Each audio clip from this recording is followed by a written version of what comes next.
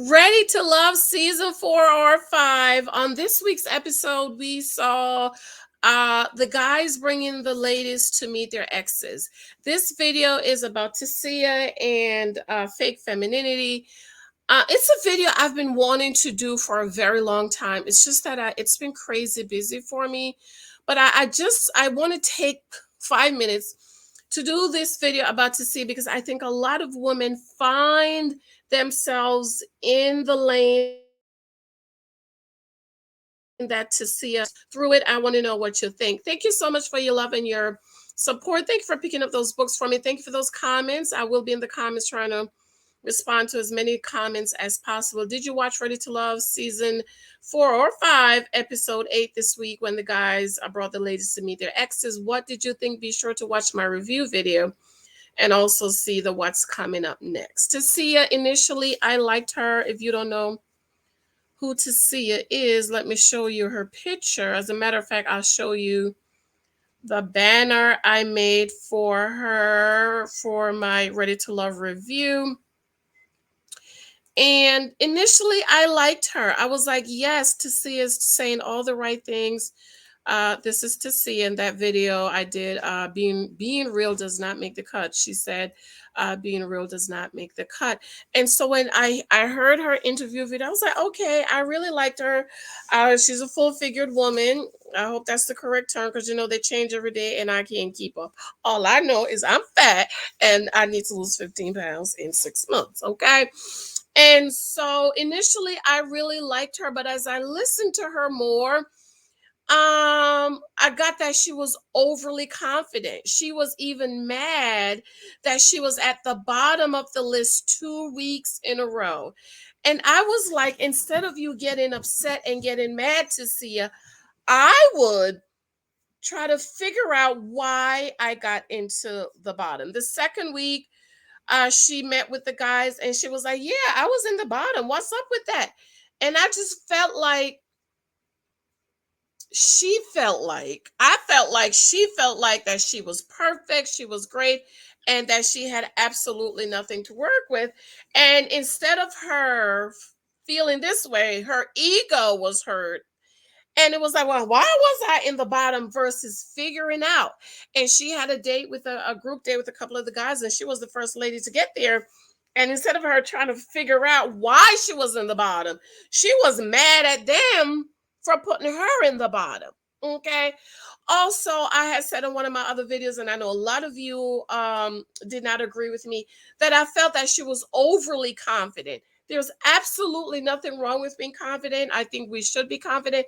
I think I am a very confident young lady. However, what I was getting from Tasia was she was using it as a cover. It was like this facade. It was like this smoke that is shielding the real her. On this week last week with Ready to Love, we see Tasia meeting Phil's ex-girlfriend, and I just did not like her attitude. Like the girlfriend was asking her about her, and she was like, well, I'm a fire sign and I'm the earth sign. And so the girlfriend was like, well, is that it? That's it. That's all you have to describe it, talk about yourself. And she was like, well, I don't really know you. I don't feel comfortable in telling you about my past, and so on and so forth. And I'm like, Tasia, hello, this girl is here to try to vote to see if you're going to stay. I really just did not like. And you know what I got when the girlfriend said it's like she's in my words, it's like a smoke screen for her. And then I realized what it was. Right? I think that Tasia, what remember I was saying how it's just something about her. I finally got it. She was initially that strong, independent Black woman who don't need a man/husband mentality.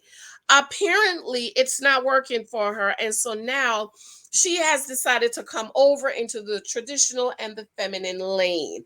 And that's why I initially liked her, because of what she was saying. I want to be married, I want to have kids, I want to be provided for and protected, and so on and so forth. But as she went out on the dates, She was not leading with being feminine and later. She was leading like a strong, independent Black woman who don't need a job. Well, I was became 22 at this, and I got this, and I got that. And how many of you know, ladies, that men who has prepared themselves to be husbands in every definition of the word husband does not care about how much money you got, what kind of job you have. They don't care about any of that because they don't need you for that. And that's when I say it's like fake femininity. She is still very strongly emerged in strong, independent Black woman, but it's not working for her. And she really desires to have a traditional hypergamous marriage and relationship. But actually, she's so emerged, strong, independent Black woman who don't need a man, that she has not really emerged herself over here in this lane, in the femininity lane of wanting protection and provision, and learning how to speak and learning how to attract those guys. Because even Frank said about 2 weeks ago, I want to know about you. Who are you? What do you like to do for fun? Who are your friends? See, those are the things the men are interested in. They don't care about how many career you got, how many degrees you have, how many jobs you have. And Frank, I am gonna say, Frank, I believe Frank is extremely masculine. Probably, just off the top of my head, he might be the most masculine man on this season. So even this man was saying, listen, I don't care about none of that. I want to know about who and who you are. And so Phil's ex-girlfriend picked up on it because all Tasia told her was, well, I'm a fire sign. This is my sign.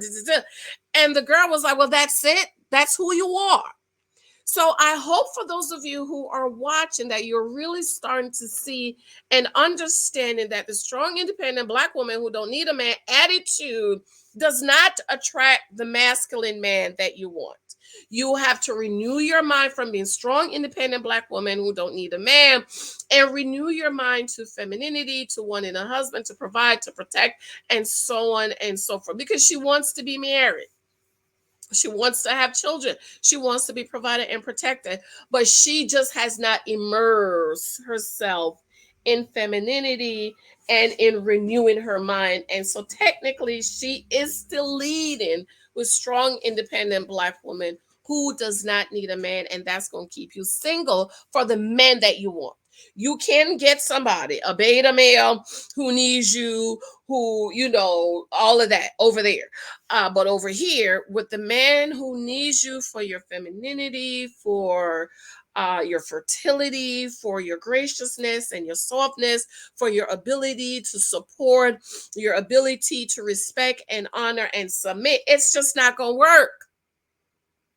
Because she was even so rash with the ex-girlfriend. And I'm like, Tasia, girl, she's gonna be voting to see if she likes you or not.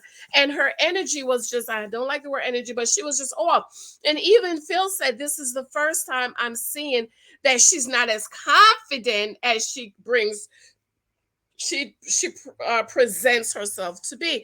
And she presents herself as overly confident, because she's acting like I'm just the greatest thing, and I'm just this, and and she's not hearing the guys are saying, but no, there are some things that you need to work on. And so Tasia was sent home, and Phil says, you are the most realist woman here. I wanted to be the one to tell you this. And she said, I guess being real does not make the cut. No, it doesn't.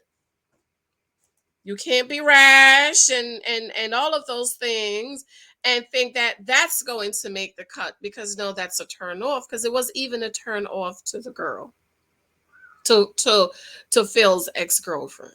So if it's a turn off to the guy, to the lady, what do you think is going to be a turn off to you? And so ladies, I want you, when you're going out on dates, there's always room for improvement and there's always room for growth. So if you keep that in your mind, you will not come off as overly confident, and you're using it as a facade and as a smokescreen, because probably you don't even really know who you are. And so you lead with this masculinity energy, because even though she claims to be this feminine woman, she comes off as extremely masculine. And again, I really liked her initially. I still like her. I just think that she needs to to emerge herself in being soft and being feminine, and reading my book 23 Types of Guys You Might Meet, and realizing that what the type of man she wants does not care about all the things that she's leading with. They don't care because they don't want you for that. Let me know what you think. Do you agree with me? Do you disagree with me? And why? I just feel like Tasia is she's putting on a facade. It's not real. And I was glad when Phil said, this is the first time I'm seeing that she's not as confident as she puts herself off to be. All right. I love you. I have to run.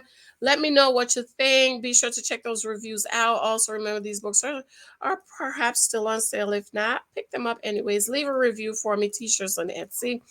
And of course, my wisdom journal. I absolutely love you. I adore you. I would love to know what you think. Do you carry yourself, ladies, when you're dating, as overly confident? And what are some areas that you can work on? And to not be overly confident, but just understand that there is still room for growth. And not every man is going to like you and want you.